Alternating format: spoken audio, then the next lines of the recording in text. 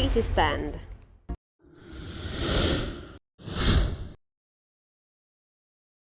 In the news this morning, the FCT minister and some PDP stakeholders held a meeting in Abuja. This as a result of the ongoing crisis in the People's Democratic Party. They were in Abuja for a meeting. Let's see how this is going to end. Will this end the crisis in the People's Democratic Party? The meeting that was held in Abuja, that was on Sunday also, that's the weekend. Do you think this meeting will solve any problem? Any internal feud going on or internal crisis going on in the People's Democratic Party? You see, the people that attended that meeting, we have some moves of this present ruling party in that meeting. And if they say that meeting is going to chart a new way forward, the people that created the lacuna, or rather that brought PDP to its meal, as of the now, they were all in that meeting. To me, I don't see the light at the end of the tunnel for PDP, because having that meeting is just like another charade. It's another game of the orchestra. I want to believe that if at all they are really serious, they should start from the in-house. They should exclude those people that created this meeting, this problem initially from that meeting. Then by the time they would have met, then they can now extend invitation to those people that created the classes in the meeting. I want to believe that because there has never been any kind of a statement be issued as regard the outcome of that meeting as of the now. See and wait what will pan out as the day goes by. All right, Mr. Kunle. You see, I keep saying you cannot rely on a house, or you cannot into a house you don't build. I will tell you, I keep telling you, the owner of PDP have abandoned the PDP, and they left the PDP for the politicians for them to handle. And you could see what is going on now.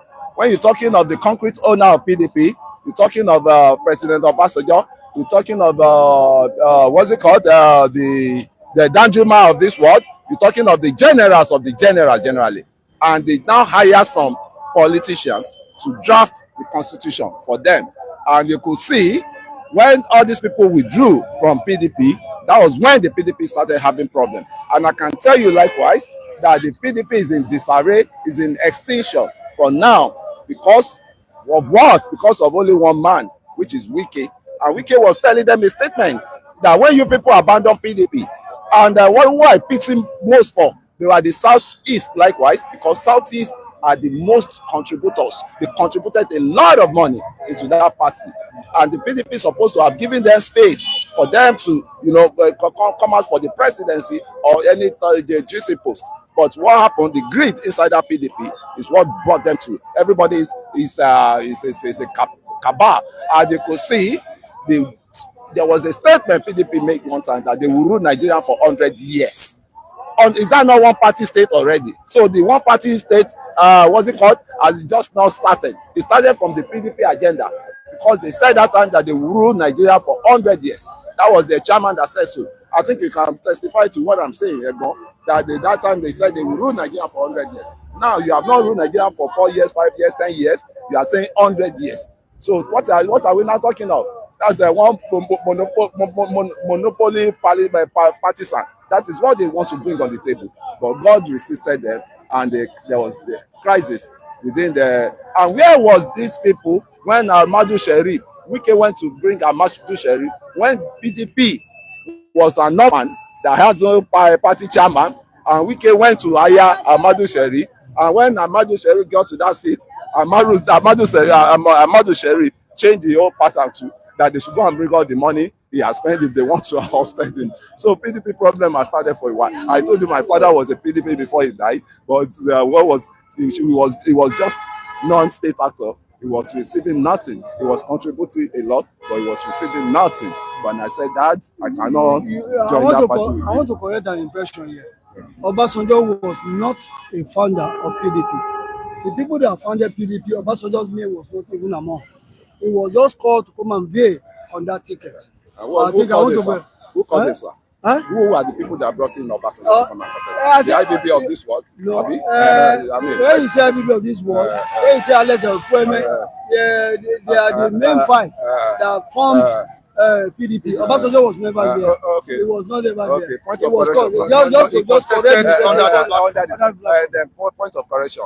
The Ekweme and the other Bolaige, they were just consultants. They hired them as consultants to draft the constitution of the PDP. I'm telling you today, the military owns the what's it called of the PDP, and that is why they could rubbish Atiku. When Atiku came in and he was now blasting their elder, their leader, which was Obasanjo, and the Babangida of this world, they came out that no, we can never, this plan can never be anything. I don't want to get bored in the list, but just to put the record straight, Obasanjo was never among a part of the people that founded. Yes, they put him on to test run. Don't let us go far on that. Let's quickly look at Wike. He is a person that is involved in anti-party activities, but you still see him, dining and whining with the PDP governors and stakeholders of that party. Now, is Wike secretly negotiating the collapse of PDP while pretending to fix it, or what? I think I would rather say. Don't forget about the judge. Sometimes that was last month. Said the best thing for the party authority to do is to send Wike, Atiku, and the likes away from that party. You see, I've always said that I've repeatedly mentioned on this platform that he who must come to equity must come with clean hands. But they just too, how clean is he when it comes to party politics in Nigeria? Has he always maintained that incorruptible stance?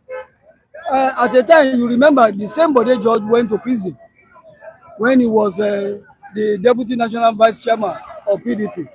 And he was found culpable to having soiled his hand with the proceeds when he was member of the governing board of trustees of the NBA, the Nigerian Post Authority.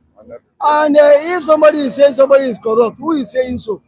Can you take a corruptible mind to change a corruptible personage? Certainly not. I want to believe that who is even talking? Has he not even caused PDP a lot of wars in Lagos State where he resides? How much even most of the election that was being held in Lagos when he held sway, how much political value has he brought to PDP as a person? But they should just go and sit down. As to Wike, Wike has always been, he's never here nor there. He has been going back and forth, even though he's the hatchet man that the All Progressive Ruling Congress used in balkanizing PDP as we have it today. And he's also one of the largest spender in putting PDP together as we have as of now. When you look at all those instruments, you see, are we really practicing thorough party democracy, where the governor, a city governor, will be bigger than the entire party, the entire party?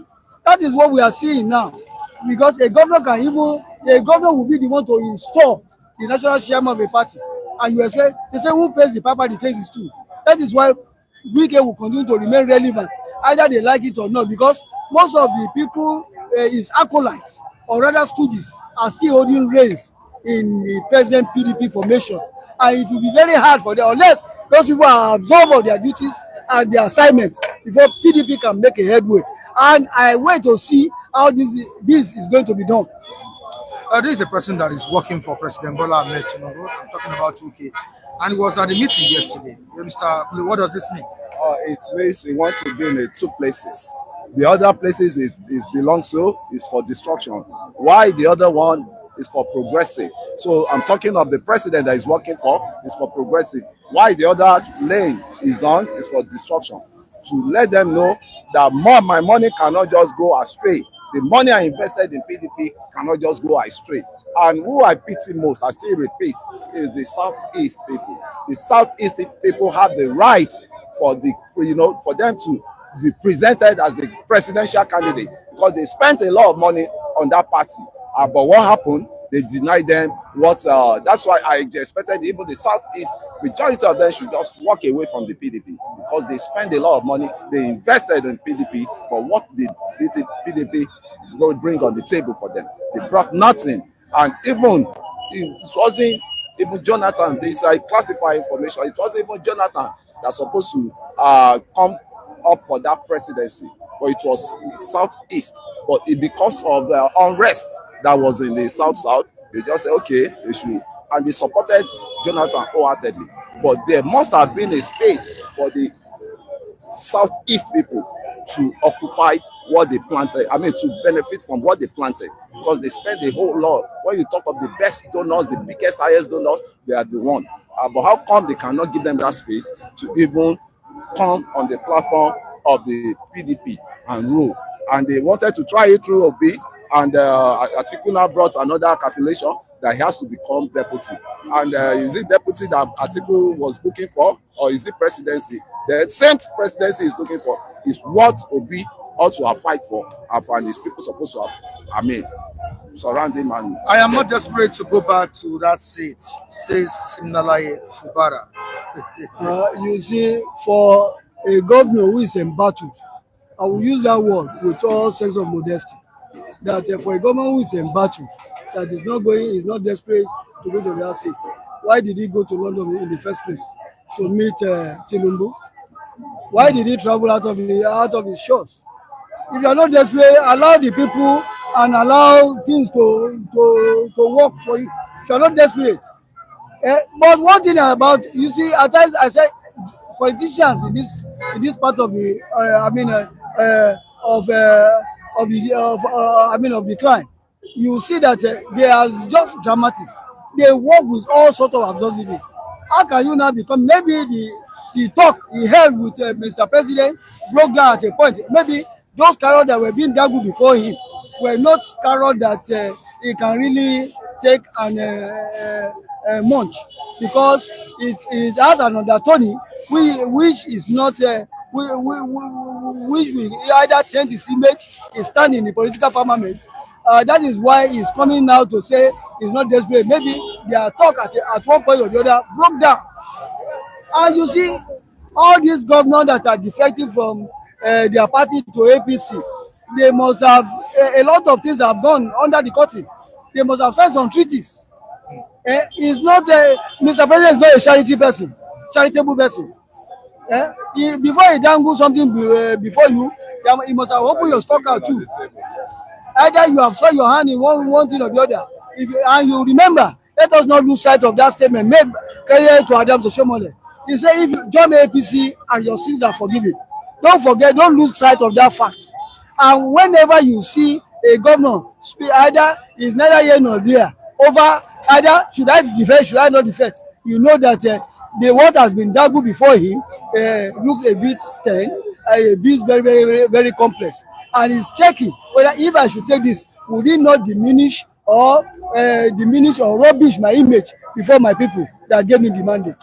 Mr. Kunle, he said he's not desperate, and you heard what Mr. Vincent said. He went to meet President Bola Ahmed Tinubu in the UK. Not just President Bola Ahmed Tinubu. He went to Abuja, yes, to meet Nyesom Wike, the FCT minister, to reconcile. And he's not desperate. I think the Chima is here. He's saying that Fubara is not a desperate politician. He's just like Peter Obi.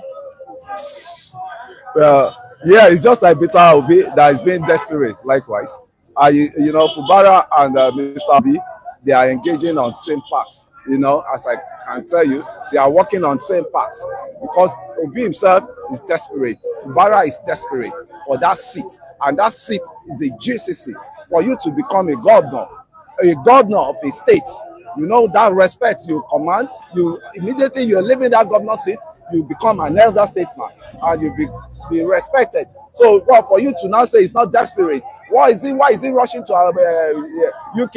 Why is he rushing to what's it called to go and meet Mr. President for solution to come on? So I think about some people will just dish out information here. They don't really even follow up. They don't know what is going on. What is going on between in the system here in the country. You are abroad doesn't mean you should know everything here. But one thing we are saying is Fubara is desperate because that seat that has been ousted, that it was ousted from, is a very tough seat and a very strong seat. I want to say something. And it's good to always count your name among the ex-governors.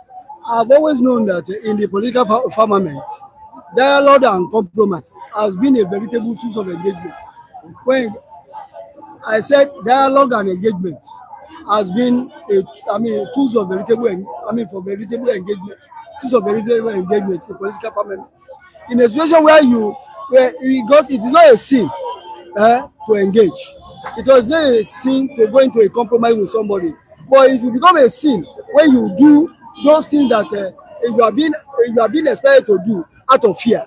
That is my own take on Fubara. If Fubara goofed, the first thing he ought to have done is what he's now doing last now, because he ought to have embraced the government, the president, or to engage the president. That was the way out, instead of taking over, bringing non-state actor from that, from that region, for them to go and bomb, to go and set fire on the pipeline, to go and do all sort of things. If we will have just deliberate that with the president, single-handedly go there to meet Mr. President, what is the way forward, sir? I cannot remove myself from this mess that is going on. But he went on to call on the state actors that has no value. Same way the non-state actors push Kanu Nnamdi to where he is today, but there is nowhere to be found to support him, to bring him out. All right, we have different comments in the comment section, and we need to read some of these comments. All right, today's a Chima Michael, who put Nigeria in this IMF debt. Okay, we have David Okafor saying good morning to you, Mr. Kunle and Mr. Vincent. We appreciate you for hearing your views. All right, today's a Chima again. That's not an achievement. They simply solved a problem they created. That's on the debt, the IMF debt. President Bola Ahmed Tinubu cleared. He said that's not an achievement. They simply solved a problem that they created. All right, moving to another person, David Okafor, on the comment section, is saying that Kunle will not see anything bad in Tinubu's regime. All right, tonight, well done to the Mr. President. Yeah, well done to the president. At least we can now see that he is not a sleeping president. Hopefully, the next president will not go there and start borrowing like Buhari. I want to correct an impression there. The present government is still borrowing. Even if you look at this morning's headlines, FG ramps up over 10-point-something billion borrowing deficit money. You understand? You see, when you look, borrowing is part of government. You understand? We should always look at this thing. But if you are borrowing in good faith, what are you even borrowing to do? Let it be realistic. Let it be physical. Let it be realistic. Let it be feasible to every Dick and Harry. That what you are borrowing for, you are even actualizing it for that purpose that it was meant. Yes. For. Not for consumption. Not for frivolous things. Not for something that is germane to to the economy, that will jumpstart and add value to the economy. Should be what borrowing should be made. Useful. I'm able to help you out, my brother. America is the highest debtor you can talk of, but they are channeling that the money into the right place. Why our own? They are embezzling the money. That's the difference between Nigeria and America. But when you're talking of borrowing, there's nothing wrong with borrowing. But borrowing for productivity is allowed. Borrowing for advancement of the country is allowed. Not consume infrastructure is allowed. Not borrowing to steal, to steal and to party and for all sort of things. Still on it, there's a Chima Michael. If I go and borrow money from the bank and later pay the loan, is that an achievement? If you borrow money from a bank and later pay back the loan, it depends on what you are borrowing for. If you are borrowing for, to jumpstart a kind of an entrepreneurship scheme, and you know what that one will fetch you, then you haven't achieved your aim or the objective for which that borrowing was made, then it is incumbent upon you, it behoves you to pay back the money borrowed with the interest, and by then you might have gotten your standing. That is how borrowing is done. And looking at the support Patient Jonathan has pledged for President Bola Ahmed Tinubu, the Chimas brought us back to something very, very crucial, an issue. Okay. I think Patient Jonathan at some point had an issue with EFCC or something like that. Okay, it's here saying that. Mike, what else do you expect from Jonathan and his wife? You want them to declare interest so that Tinubu will go after them with EFCC? You see, I think at some point they had an issue. I think the woman had an issue. she had an issue at a point. The case was closed. Sir, on earth today is the Nigerian president that is most powerful president. How many Nigerian presidents have they brought to book? How many Nigerian presidents have they? So anybody that is saying that is because the president will start president, Mr. Bola Ahmed Tinubu cannot probe Jonathan. It has never been done. Did they probe what's it called, Obasanjo? When they started the probe, what happened? It landed into the hunter became haunted. The Elumelu power probe. So as it is now, until we work on our constitution, before you can be talking of one president will probe. Did they probe Buhari? Did anybody probe Buhari with all the Ula Balu? All right, you were going to say something, sir? Yes, I wanted to say something about Patient Jonathan. I did mention earlier on that he is just a single person. He is the former first lady. He is the wife of Ebele Gulo Jonathan. And we all knew at one time she was in the news as to some money, how some money were gotten was alleged to have spent so amount of money, even though the office of a first lady is not created in the constitution, but monies are being thrown to that office for use. I want to say that whatever anything might have happened, you see in Nigeria there are a lot of things that happen under the country that meets the eye. It's not everything that they will throw open. I know that if she doesn't do what she did by affirming her support for Tinubu, there might be some other dirty things that might want to come to the public space, which she wouldn't like. That is why she's been seen as having affirmed her support for Tinubu. All right, Nnamdi Anusi is here, Natalia Labud is here, Abayaga is also here. We appreciate your contributions in the comment section. Okay, let me take this from Natalia Labud. He's laughing here. Tinubu and APC cleared which debts? Same propaganda they paraded that refineries are working. I think Tunde Okafor is also on this, that Tinubu government will not stop giving us propaganda. And Kule keep supporting President Bola Ahmed Tinubu's administration. That's what Tunde Okafor says. I support good things. I go against bad things. Nnamdi Anusi, Mr. Adekunle, please ask Kule if he has health insurance card as a Nigerian since Tinubu entered power. Health insurance card. I have an health insurance card that one of the councillor in my territory created for us, just close to my place there. And I can say that Tinubu, what did they say about Tinubu? That he said something, but I want to give him the answer. As it is now, if he's talking of the Tinubu that he saved money or he doesn't save money, at least he started from one point for us to see. And for what he did, I think we have to give him that kudos. And I still have to clap for him for what he did. That money he saved for us, he paid for us, was part of the money we ought to have been begging for. Do you want us to keep begging for the debt forgiveness again? You could see what happened proud to when before President Bola, Obasanjo came in. When they have to go all around, if not for the sake of Okonjo Iweala, that we clap begging for debt forgiveness, and somebody is paying the Obasanjo went for debt forgiveness, yes. And Nigeria was given. And they up to this present moment, Nigeria has also, amassed a staggering amount of debt on her neck. And when you continue to look, government is about continue, and you continue from where you stop. You try to make it better than when you met it. And when in a situation whereby where you met it is now being depleted further. Then it goes that you don't even have any business being there. It has to be depleted for if you are embarking it on infrastructure, because you can't just put money in the bank and be expecting that the money will be looking at you. You have to send the money on an errand, and that is an errand. The infrastructure you've seen all around now, infrastructure is going on, except people that are docile that don't want to see anything good.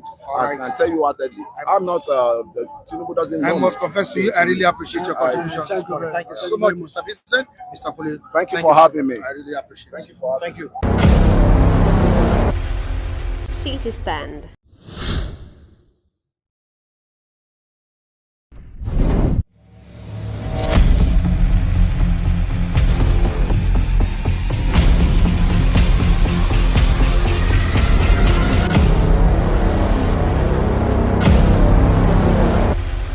City Stand.